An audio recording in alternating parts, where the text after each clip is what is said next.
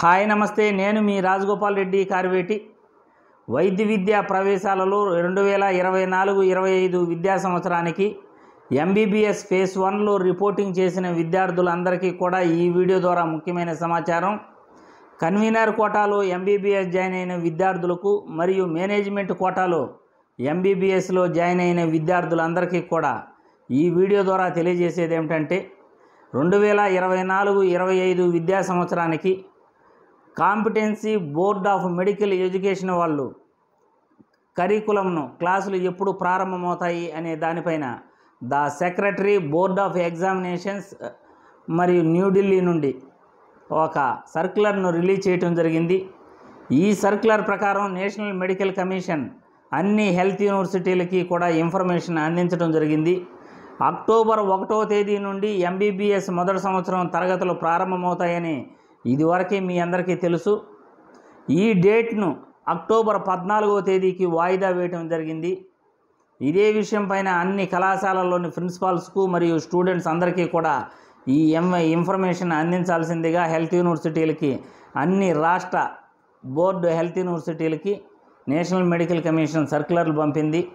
Doctor NTR health university వాళ్ళు ఈ సర్క్యులర్ను official వెబ్సైట్లో పెట్టారు. మీరందరూ కూడా డౌన్లోడ్ చేసుకోవచ్చు. 2024-25 విద్యా సంవత్సరానికి ఎంబీబీఎస్ మొదటి సంవత్సరం తరగతులు అక్టోబర్ 14 నుండి ప్రారంభమవుతాయని ఈ వీడియో ద్వారా మీ అందరికీ తెలియజేస్తున్నాను. కాబట్టి దానికి తగ్గట్లుగా మీరు ఏర్పాట్లు చేసుకోవాలని ఈ వీడియో ద్వారా ప్రతి ఒక్కరికి కూడా తెలియజేస్తున్నాను.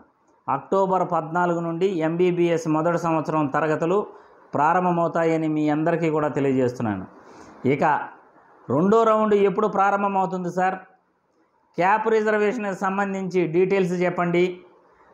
స్పెషల్ కేటగిరీ విద్యార్థులు పీడబ్ల్యూడీ కానీ లేకపోతే స్పోర్ట్స్ అండ్ గేమ్స్ కానీ మాకు సీటు ఎప్పుడు అలాట్మెంట్ చేస్తారు అని చాలామంది కూడా అడుగుతున్నారు. వాళ్ళందరికీ కూడా ఈ వీడియో ద్వారా తెలియజేసేది ఏమిటంటే రెండో రౌండ్లో ఖచ్చితంగా క్యాప్ రిజర్వేషన్కి సంబంధించి మరియు పీడబ్ల్యూడీకి సంబంధించి స్పోర్ట్స్ అండ్ గేమ్స్ కేటగిరీలకు సంబంధించి సీట్ అలాట్మెంట్ చేసే అవకాశాలు ఉన్నాయి. అదేవిధంగా మొదటి రౌండ్ నుండి రెండో రౌండ్కు స్లైడింగ్ వెళ్ళే విద్యార్థులకు రెండో రౌండ్లో అప్గ్రేడేషన్ ఉంటుంది. అదేవిధంగా సీట్ రానటువంటి విద్యార్థులకు రెండో రౌండ్లో ఛాన్స్ ఉంటుంది. మొదటి రౌండ్లో రిపోర్టింగ్ చేయకుండా స్టేట్లో రిపోర్టింగ్ చేయకుండా ఆల్ ఇండియా కోటాకు వెళ్ళిన వాళ్ళు, central universities, deemed universities, AIIMS medical కళాశాలకు వెళ్ళిన వాళ్ళు, జిప్మర్ మెడికల్ కళాశాలకు వెళ్ళిన వాళ్ళు వాళ్ళందరూ ఎన్ని సీట్లు ఖాళీ అవుతాయో దానిపైన కట్ ఆఫ్ అనేది కూడా ఆధారపడి ఉంటుంది. ఆ సీట్లని మళ్ళీ రెండో రౌండ్లో భర్తీ చేయడం జరుగుతుంది. మొదటి రౌండ్ నుండి రెండో రౌండ్కు మీరు పెట్టుకున్న వెబ్ ఆప్షన్స్ ప్రకారం మీకు స్లైడింగ్ అనేది ఉంటుంది. వన్ టైం వెబ్ ఆప్షన్స్లో భాగంగా ఈ స్లైడింగ్ మీరు పెట్టుకున్న కళాశాలల ప్రయారిటీ ప్రకారం ఉంటుంది.